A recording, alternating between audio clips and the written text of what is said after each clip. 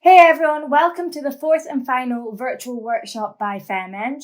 I assume by now you've watched the other 4 videos, 3 of which were also engineering workshops on aeronautical, biomedical and civil engineering. If you've not watched all them, I recommend you go and do that now before starting this one. And then we'll have one more video next week, which will kind of be a conclusion and wrap up of everything you've learned so far, and we'll also hopefully be able to answer some of the questions you have for us there as well. So before we get started, I'd just quickly like to introduce myself. So I'm Katie, I'm a third year product design engineering student at the University of Glasgow, and I'm the networking convener for FemEng. So as the networking convener for FemEng, my job is to organise for people working as engineers in industry to come in and speak to our students about what they do as an engineer and how they got to where they are. And we also hold events that will help people kind of progress in their career, such as ones for helping them write their CV, which is like a job application, or interview skills and things like that. As you might have also spotted, it says I'm a product design engineering student, and this is a mechanical engineering workshop. So I'll quickly just explain the difference between product design engineering and mechanical engineering. So as a product design engineering student, we do study mechanical engineering at the University of Glasgow, hence why I'm taking this workshop today. But we also study product design at the School of Art. So product designers, what they do is they design basically all the products you see in your daily life. So it might be from scissors to your bed to your kitchen table. So as a product design engineering student, we kind of have the ability to design the outside of products, the exterior of them, so make them look pretty and maybe have a say in the materials. And then as a mechanical engineer with that background, we kind of have the ability to make sure the inner workings of the product work. So the mechanisms and the electronics all work smoothly and make the whole product function well. So that's kind of an overview of product design engineering student. So we're basically doing mechanical engineering, but have a bit more of a creative part on the side. Okay, so now we'll move on to some key facts about mechanical engineering. So mechanical engineering is such a broad area within engineering, and it plays a huge part in crossing over with the other disciplines. So mechanical engineers might help aeronautical engineers work on planes, or civil engineers work on bridges. It's so broad, and we do really dabble in every type of engineering.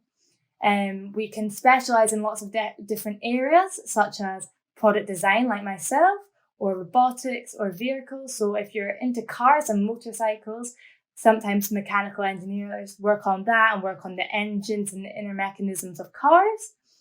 Or we can also design and manufacture really small, intricate parts like motors, screws, cogs, and so much more. So it really is such a wide variety. Sometimes we work on teeny tiny things like screws, and sometimes we work on really big products like cars and wind turbines and things like that. So it's a really broad type of engineering, hence why there's lots of specialities in it.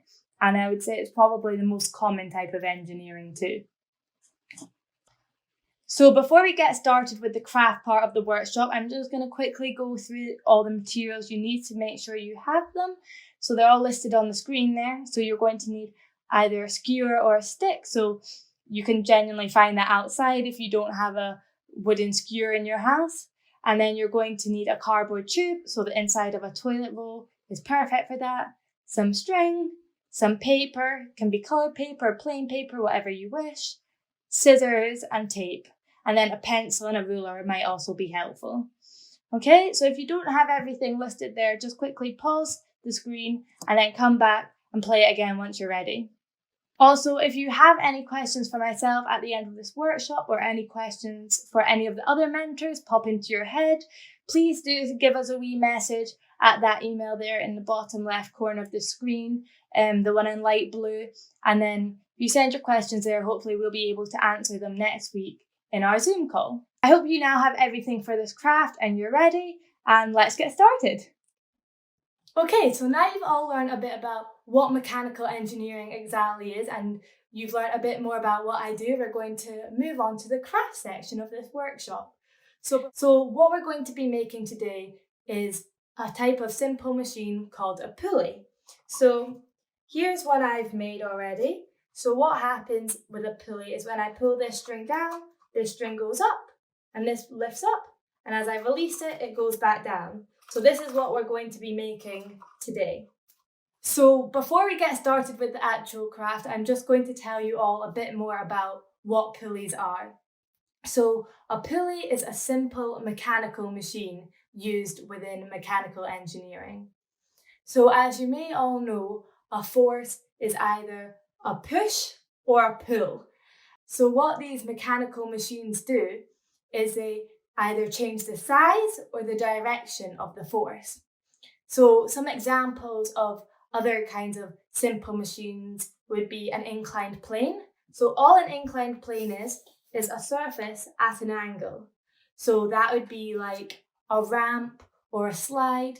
So if you think about it, if you had to pull yourself along on your bottom on a flat surface or uphill, it'd be really difficult. But when you go down a slide, you don't even have to pull yourself along. It requires hardly any effort. So that makes the force smaller. So that's what that size of machine does. So it's really easy for us to go downhill compared to uphill. So another type of simple machine would be a screw. So that's like on your water bottle, you screw your lid on. So it makes it really easy to get our lid on nice and tightly and secure. And then we've also got our pulley that we're going to be making today. So an example of a pulley in your daily life might be like a lift or a flagpole. So as I pull the string down on a flagpole, the flag will go up. And as I release that string, the flag will come back down. So that's what we're going to be making today. So in engineering, what pulleys do is they help engineers lift up really heavy objects. So if I had to try and lift a big heavy stone by myself, it'd be really difficult. But if I attach that to the end of the pulley and then pulled the other end of the rope, it'd make it a lot easier to lift that big heavy stone because the rope is helping me lift it and I'm not doing it all by myself.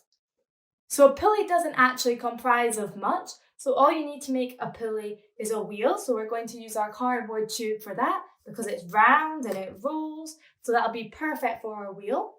And then the wheel of a pulley is usually on what we call a fixed axle. And an axle is basically a rod. So that's what we're going to use our stick for, to put our wheel on our axle.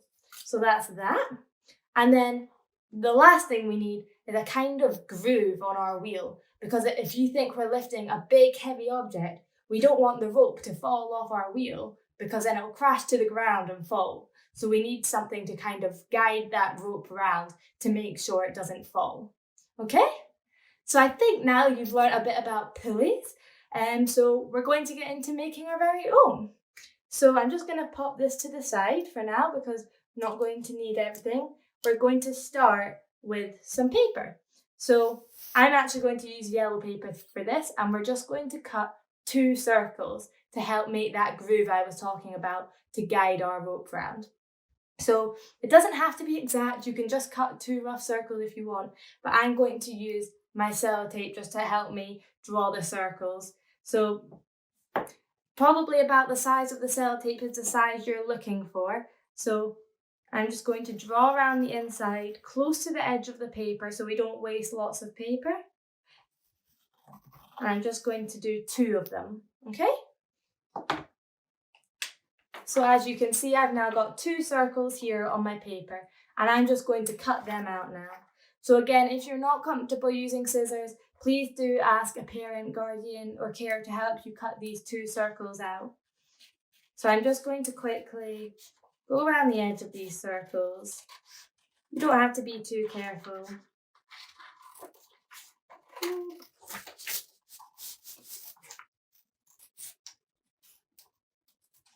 So there's 1.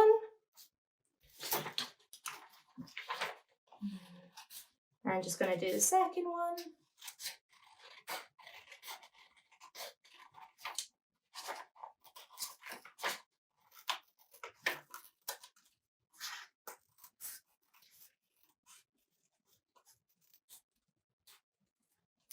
Okay, and that's my second circle cut out. So we're not going to need this piece of paper anymore, so I'm just going to put that to the side. And now we've got our 2 circles. And so what we need to do is we need to make 2 holes in the center of these circles to put our rod through. Okay? So what you're going to do is you're going to fold your circle in half, and you're going to pick up your scissors, and you're just going to make a tiny snip in the center of that folded edge. Okay? And then you're going to fold it the other way, and you're just going to make another snip in the middle of the one you just made. So then you should have a little cross in the middle of your circle. And we're just going to repeat that on this one. So you're going to fold it in half. You're going to make a small snip in the center of the folded edge. And then you're going to fold it the other way and make a small snip in the center of the cut you just made. Okay? So now you should have 2 little crosses in the middle of your circles. So to make that into a hole, what you're going to do is there's 4 little triangles there, and you're just going to fold them back, okay?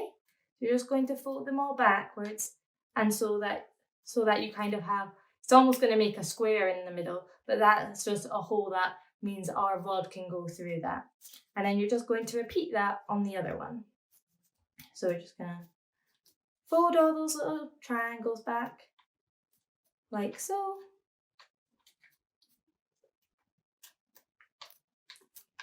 And now you should see there's 2 holes in the middle of our circles. So the next thing we're going to need is our cardboard tube. So we now want to attach these circles to the ends of our cardboard tube. So we want to try and center them like this. We don't want to do it off to one side or like this. We want to try and center it in the middle. So what you're going to do is put one of your circles flat down on the table, and then you can put your cardboard tube over it and look down and see if your hole is centered. Okay, so then we're just going to tape that on. So you're going to need to cut some little bits of sellotape. So what I recommend you do here is you just, once you found the end of your sellotape, just cut small little bars and just put them on the edge of your table so you don't need to keep going back and cutting more. Okay? So I'm just going to get that there. Okay, so now I found the edge of my tape. I'm just going to get on the edge of my table and just cut 6 short bits. About the length of your thumb will do. And just cut 6 small parts. 5 and 6. Okay? So then we're going to tape these circles onto the end of our cardboard tube. So what you're going to do is you're just going to get a little bit, one piece of the tape, and you're just going to put it on the edge of the paper and fold it up onto the cardboard tube. So it's kind of going over that corner. And then you're going to turn it round and do another bit of tape. This is quite fiddly, so if you need someone to help you, don't be afraid to ask. And then we're just going to do a third bit of tape. We're just going to kind of just push it into that corner, like so. And then you should have your circle attached onto the end of your tube. And then we're just going to attach the other one in the exact same way. So pop it down on the table, center your cardboard tube over it, and get your little bits of tape, and just put it on the table, and just press it into that little corner. Turn it around, and do it again 2 more times. It doesn't have to be neat, just as long as it's stuck on, that's all that matters. And one last one, like so. Okay, so now as you can see, we've got our 2 circles on the ends of our cardboard tube. So that has created that groove I was talking about. So that's going to guide our string later, so our string can't fall off the edge of our cardboard tube. So now we're going to put our wheel on our fixed axle, which is our wooden skewer or stick. So you're just going to get one end of the stick and poke it through that hole, and then just make sure it comes out the other hole at the other side. So now you've got your wheel on your fixed axle, and you can spin it around like that, as you can see. Okay, so now we can put this to one side whilst we make that cut part that you could see at the bottom that we were lifting up and down. Okay, so I'm just going to put that to one side and whilst we make the cup. So for this bit, you're going to need a square piece of paper. So I'm going to use this blue piece, but don't worry if you don't have a square piece of paper, because I'm going to show you how you can make a square really easily from a normal piece of A4 paper. So all you're going to do is you're going to fold one corner over and up until you reach the far edge and fold it along that line, along that edge. So you should have a triangle with a rectangle here. And then we're going to get rid of this rectangle. So you can either cut it off or use the ruler, which is a bit easier. So I'm going to do that. I'm just going to put my ruler along this edge and just pull the rectangle up, just in little tears towards the ruler, and just tear it off. I'm just going to move my ruler down and continue. And now we can recycle this rectangle. And then once you've just torn that off and got your triangle, you can open that up and you'll have a perfectly square piece of paper for the next part, okay? So, once you've got your square piece of paper, the first thing you're going to do is fold one corner over to the opposite corner to make a triangle. So if you did the last method, you've already done the first step. So I'm going to fold this up and over, like that. Ooh. And then you should have a big triangle, and you should see it's symmetrical. So if there's a dotted imaginary line here, these sides are the same. So you want to make it so it's symmetrical facing you. And you're going to fold one corner up to its opposite edge, like so, and make a fold in here. So you should have a shape looking like this in front of you. And then you're going to get the other corner and do the exact same and fold it up towards the other edge. Okay? So now you should have this shape. So it's a kind of long pentagon, and the same on the back, except it doesn't have these folds. So you should have folds on one side, but not on the other. So as you can see, we've kind of got this triangle shape at the top, and there's two pieces of paper there. So you're going to fold the top one down towards you, like so, and then you're going to flip it over, and you're going to fold the other one down towards you too. So you have one triangle folded down on each side.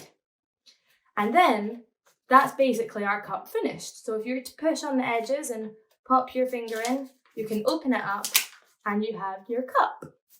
So we need to attach this to our piece of string. So we're going to have to make 2 holes on either side to feed our string through. So what we're going to do for that is we're going to pick up our scissors and we're just going to cut out 2 small triangles on each side. So we're going to cut one here and one here. So to make sure you've got a big enough hole, if you just cut a really small triangle out of it on both sides, so that's 1, and that's 2. Ooh. And we open it back up. You can see we've now got 2 holes on either side for our string to be fed through. So then we're going to get our string. So I'm just going to unravel it, and we're going to need quite a long piece of string. So I'm going to do, you can do about the length of your arms, a meter and a half. It's really up to you, but just make sure it's quite long. So I'm just going to snip that, put our string down, and then what you're going to do is you're going to open your cup up and you're going to feed it through one hole from the outside in, like so. Oop. And then you're going to feed it through the other hole from the inside to the outside. Okay? So then your cup should be on the piece of string, and it should just be running through the center of your cup. Okay, so now you've got that, you're going to need to tie a knot at either end. So I'm going to make one side slightly shorter of the string just for later on. So it doesn't really matter how long or short, but as you can see, this side's a lot shorter than this piece of string. And so I'm just going to tie a simple knot on this side, just to make sure our cup is secured on the string. So I'll just make a wee knot there, and then make a wee knot on this side as well.